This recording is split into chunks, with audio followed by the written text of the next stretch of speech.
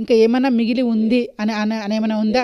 Next మీ future plan ఏమన్నా ఉందా? భావజాలం దృష్ట్యా చెప్పవలసింది ఏమీ లేదు, కానీ నాకు ఒక కాంక్ష ఇంకా ఏముందంటే చింతానంటే కాంక్ష అండి.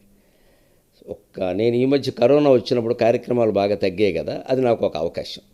నేను కూర్చుని అసలు ఇంతవరకు మనం చెప్పని స్తోత్రాలు, కాలక్షేప మాటలు కాదు, శంకరాచార్య లాంటి మహానుభావులు రచించిన స్తోత్రాలు, దండకాలు, అలాగే పురాణాల్లో కథలు, నేను చెప్పనివి, జనంలోకి ఎక్కువగా వెళ్ళనివి, ఒకవేళ ఎప్పుడైనా చెప్పినా రికార్డు కానివి ఏమున్నాయి అని చూస్తే 150 దొరికాయండి. నేను రాశాను, పట్టికి రాశాను 150. ఆ రోజు నుంచి నేను నియమం పెట్టుకున్నా, ఇక ఎవరన్నా అడిగితే మీ ఇష్టం వచ్చింది చెప్పొచ్చు అండి, మీరు వస్తే చాలు అంటున్నారు ఈ మధ్య. అంటే సినిమా హీరో ఇమేజ్ వచ్చేసింది. అటువంటిప్పుడు మనం దాని కోకోకోలా ప్రకటనలకి, థమ్సప్ ప్రకటనలకి, బట్టల కొట్లు ప్రకటనలకి, బంగారం కొట్లు ప్రకటనలకి ఉపయోగించుకుని నాకు అవకాశాలు కూడా వచ్చాయి. చాలామంది ఒత్తిడి చేశారు, మినపప్పు కందిపప్పు మీద కూడా ప్రకటనలు ఇవ్వరు. నా కర్మ ఎంత కాలిపోయిందా అన్నాను నేను. నా కర్మ ఎంత కాలిపోయిందా? నాకు మినపప్పుకి కందిపప్పుకి తేడా తెలియదంటే మీరు నవ్వుతారు, నాకు తెలియదు, ఆవిడ పెడుతుంది తింటాను నేను. అటువంటిప్పుడు నేను మినపప్పు వాడండి, కందిపప్పు వాడి నా బతుకేం కావాలమ్మా. కానీ వస్తారు, వ్యాపారం వాళ్ళ అవసరం వాళ్ళు, మనం తిరస్కరించాలి. అందుకని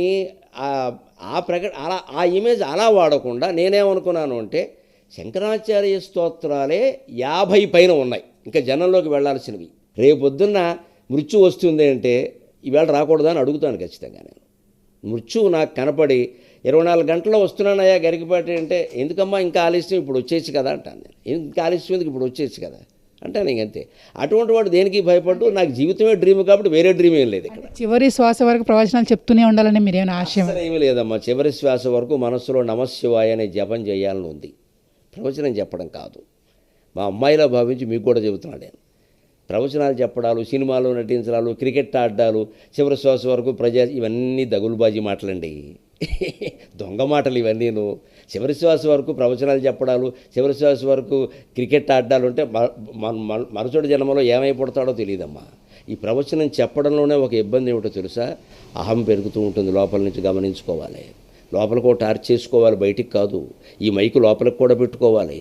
అంతర్యామి మాట్లాడుతూ ఉంటుంది, ఒరే అన్ని చెబుతున్నావు ఏం చేసేవరా అని ప్రశ్నిస్తూ ఉంటుందమ్మా. ఎంతకాలం చెబుతావురా, సిగ్గు లేదా అని కూడా ప్రశ్నిస్తూ ఉంటుంది. చెప్పడమేనా, చెయ్యవా, అది కూడా ప్రశ్న వస్తుంది. ఇవి ప్రశ్నించుకోవాలంటే మానేయాలి, కనీసం తగ్గించాలి. నేనైతే ఈ మధ్యనైతే నెలకి 10 లెక్క పెట్టుకున్నా, మీ టీవీ ద్వారా కూడా చెప్పేస్తున్నా. నెలకి 10, దేవేంద్రుడు అడగనే 11వ ఉండదు, అంతే లెక్క. 20 రోజులు ఈవిడ నేను కాఫీ తాగుతూ కబుర్లు చెప్పుకుంటూ కూర్చోవలసింది. ఎందుకంటే ఇద్దరమే ఉంటాం. ఏమోనమ్మా, భగవంతుడు ఏం చేస్తాడో తెలియదు, ఎవరో ఒకరు ముందు వెళ్ళిపోవాలి కదా. అప్పుడు నేను ఒక్కడిని ఉండద్దా, లేదా ఆవిడ ఒక్కతే ఉండద్దా? ఆ ఏకాంతాన్ని ఎప్పటి నుంచి అలవాటు చేసుకోవాలి కదా. ఇద్దరమే ఉండం, 20 మంది ఉంటారు, 1000 మంది ఉంటారు. ఇవన్నీ ఊహించుకుంటే జీవితం ఎక్కడ ఉంటుంది? ఎలోన్గా వచ్చాం ప్రపంచంలోకి, ఎలోన్గానే వెళ్ళిపోవాలి. లోన్ లేకుండా వెళ్ళిపోతే చాలు, నాకు ఇంత కన్నీళ్ళలోనూ చలుకుతూ వస్తుంది. ఎలోన్గానే వెళ్ళిపోవాలి, కానీ లోన్ లేకుండా వెళ్ళిపోతే చాలు. ఎవరికి నేను బాకీ పడద్దు, ఎవరు నాకు బాకీ ఉండద్దు. అంత ప్రశాంతంగా వెళ్ళిపోవాలంటే మన వృత్తి మనం చేస్తున్న దాన్ని బట్టి కూడా చివరి శ్వాస అనవసరం. ఇప్పుడు చెప్పాను, దిగిపోయాం, వీళ్ళు మనీ నన్ను పిలవపోయినా పర్వాలేదు అనుకుంటాను నేను. చివరి శ్వాస వరకు ఉండాల్సింది ఆ శ్వాస. సీతారామ శాస్త్రి చెబుతాడే ఓ పాటలో, ఏ శ్వాసలో గాలి గాంధర్వమై తోచును అని. ఆ శ్వాసలో నమశివాయ అనే నామం వినపడాలి, అది ఒక్కటే నేను కోరుకునేది. సార్ ఇన్స్పిరేషన్తో మీరు కొత్తగా ఏమైనా అభ్యసించుకోవడం కానీ నేర్చుకోవడం జరిగిందమ్మా? ఏదో నామ జపం చేస్తూ ఉండంటూ ఉంటారు, దైవభక్తి, అది ఎలా ప్రార్థన చేయాలన్నది తెలిసింది నాకు ఈయన ప్రసంగాల వలన. తర్వాత ఈయన ఇష్టదైవం అని ఒక పుస్తకం రాశారు, అందులో పద్యాలు అంటే ఇష్టం నాకు, అవి పాడుకుంటూ ఉంటాను దేవుడి పద్యాలు. దండకమండలమును దారుణినంతను ఏలినారు, కోదండ ధరాదినాదులు పదమ్ముల వ్రాలినన్, చూచియున్ చూడనట్లుండిరి వారి కంటెన్ మహోన్నతులి జగమందు కల్గిరే కొండలు త్రవ్వుటెందులకు గుప్పెడు గుండెను పట్టుకొమ్మికన్. నాకు అది చాలా ఇష్టం ఆ భావం. ఋషుల గురించి రాశారనమాట. అది 50 మంది మహర్షుల చరిత్ర చదివింది.